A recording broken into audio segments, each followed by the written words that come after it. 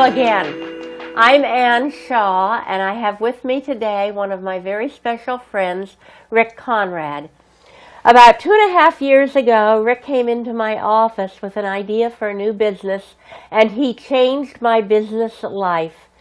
Rick, you call your business Freelance Social Media Engagement. Yes.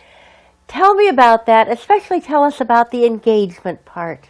Well, Ann, the business is based around helping small and medium-sized businesses utilize Facebook, Instagram, and other social media platforms. And the engagement part is what's important when you utilize these platforms. It's about engaging with your customers, your client base, potential customers, letting them know who you are, letting them know what you do. We like to use the website as a hub to a wheel, and the social media platforms are the spokes.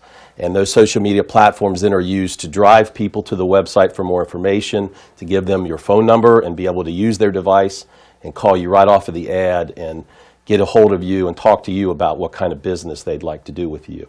I know about your business because I use you, and not only do I use Rick, I tell every business owner I know about his wonderful services. But why is it an advantage to a business owner to pay you every month to do something they could do themselves? Well, I think that the cost of an employee is one advantage, trying to pay benefits and pay an employee to do this. And that employee may or may not be trained to do this, so it's better to get somebody that does it all the time, that understands how to create ads and memes, that understands how to place an ad on Facebook and Instagram, and to utilize these ad boosts to try to target the audience that they want to get a hold of. I think there's an advantage to that. I think that the phone book is dead as an entity to use to promote your business, and the cost of a phone book ad was significant. I remember that from many years ago in our family business, how much it costs, and I think this is a much better bargain. I think you get great bang for your buck doing ads on Facebook and on Instagram. Tell us about your background and how you happened to get into this particular niche. Well, I have a background in a family business, and I also worked for county government, but when I left county government, I was looking for something to do, and I had been doing social media for 3 community organizations, the Community Players, the Salisbury Elks, and my church. So I thought, I'm doing this, I'm enjoying it, and I think there's a potential out there to help some of the smaller and medium-sized businesses to use this new media platform to do advertising and to promote their businesses. But do we have to be nervous about Facebook now because there's so much controversy all of a sudden? That's true. There is a lot of controversy, but I think Facebook is here to stay for at least a while, and I think it is still a very good way to promote your business and advertise. I think that Facebook is working on doing some cleaning up of the way it accepts its customers and clients.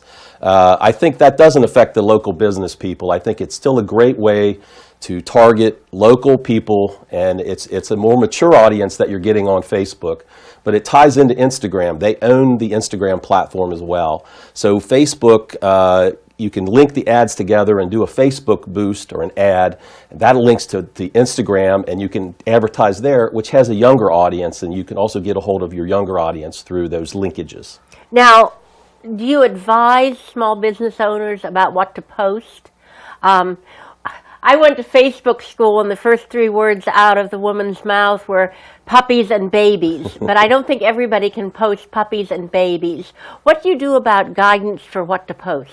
Well, the key thing is to ask, I do a little survey at the beginning of dealing with a client and ask them, what are they trying to get out of Facebook? I also ask them about who are their target audiences and what other mediums do they work with. And through that, I can kind of get an understanding of what they're trying to do with the medium and the platform, and then come up with a plan. I usually create a plan at the beginning when I'm dealing with a client, and in that plan, we kind of map out what kind of posts we want to do, how often we're going to post, and what platforms we're going to use to try to get through to their customers. Now, if you have just one thing that you want to communicate to the people that are watching us, what would that one thing be? Well, I think it's don't be afraid of social media. It's the way to to engage people nowadays, and to utilize it. And whether you use me as a service or whatever, if you have a small business, you need to engage with social media, and you need to try to use that platform to reach your customers. And I think that's the important part of it. And I'm here to help if a local business needs that. I'm here to stay in Salisbury. I love it here, and I'm looking forward to building my business and being around for a while. This is Ann Shaw and Rick Konrad for Your Delmarva Business.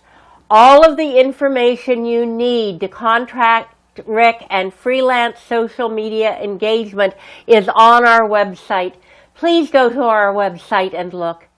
And thank you.